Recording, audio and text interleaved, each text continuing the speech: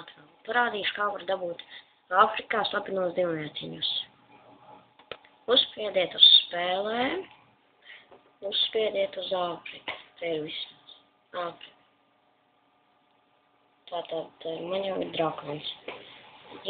Man jau ir otrs dzīvnieciņš, tāpēc es jums varu tikai parādīt. Tā, uzspiediet tavu dzīvnieciņu.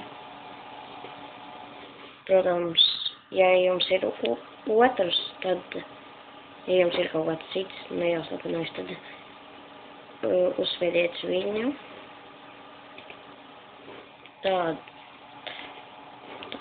Un dzēs dzīvnieciņu piespiediet. Tad jūs nospiediet krustiņu, tad tas ir izdzēs dzīvnieciņš. Tad jums ir šis te savai. Tad jūs piespiediet tavu dzīvnieciņu. Šeit jums rādīsies, gribat jaunu dzīvnieciņu. Spiediet, tur būs parādīts. Tad spiediet, uzklišķiniet, jā. Tad jūs izvēlaties dzīvnieciņu, kādu gribēt. Tad jūs izvēlaties dzīvnieciņu, kādu gribēsiet, no savējiem.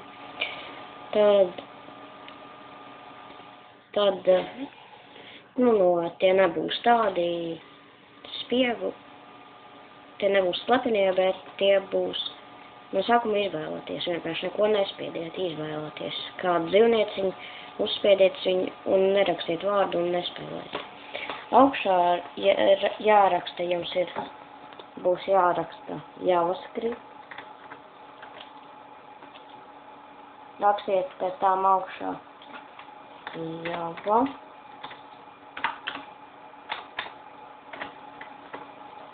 JavaScript.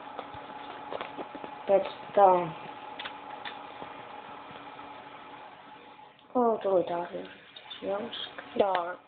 JavaScript. Tie 2 punkts. Load. Apakšējā svītiņa, char. Iekaus vaļā un tad rakstiet vai nu 10, tā ir meitene. Vai nu 11, tas ir deimons, vai nu 12. Es ņemšu vienādi, tas ir 12.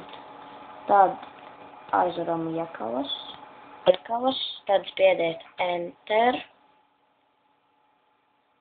Un tad jums parādīsies tā ādiņa.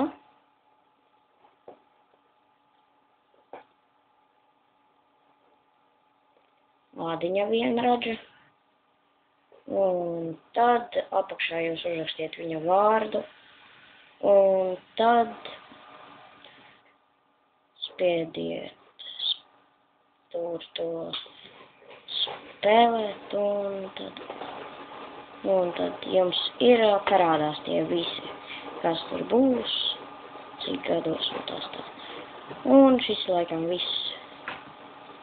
Ja jūs gribējāt deimonu, tad viņš šāds izskatīsies. Ja jums, protams, būs 10 gadi. Ja jūs gribējāt vienredzi, viņš izskatīsies šāds 25 gados. Vairāk neko nevar parādīt. Redzēšanas.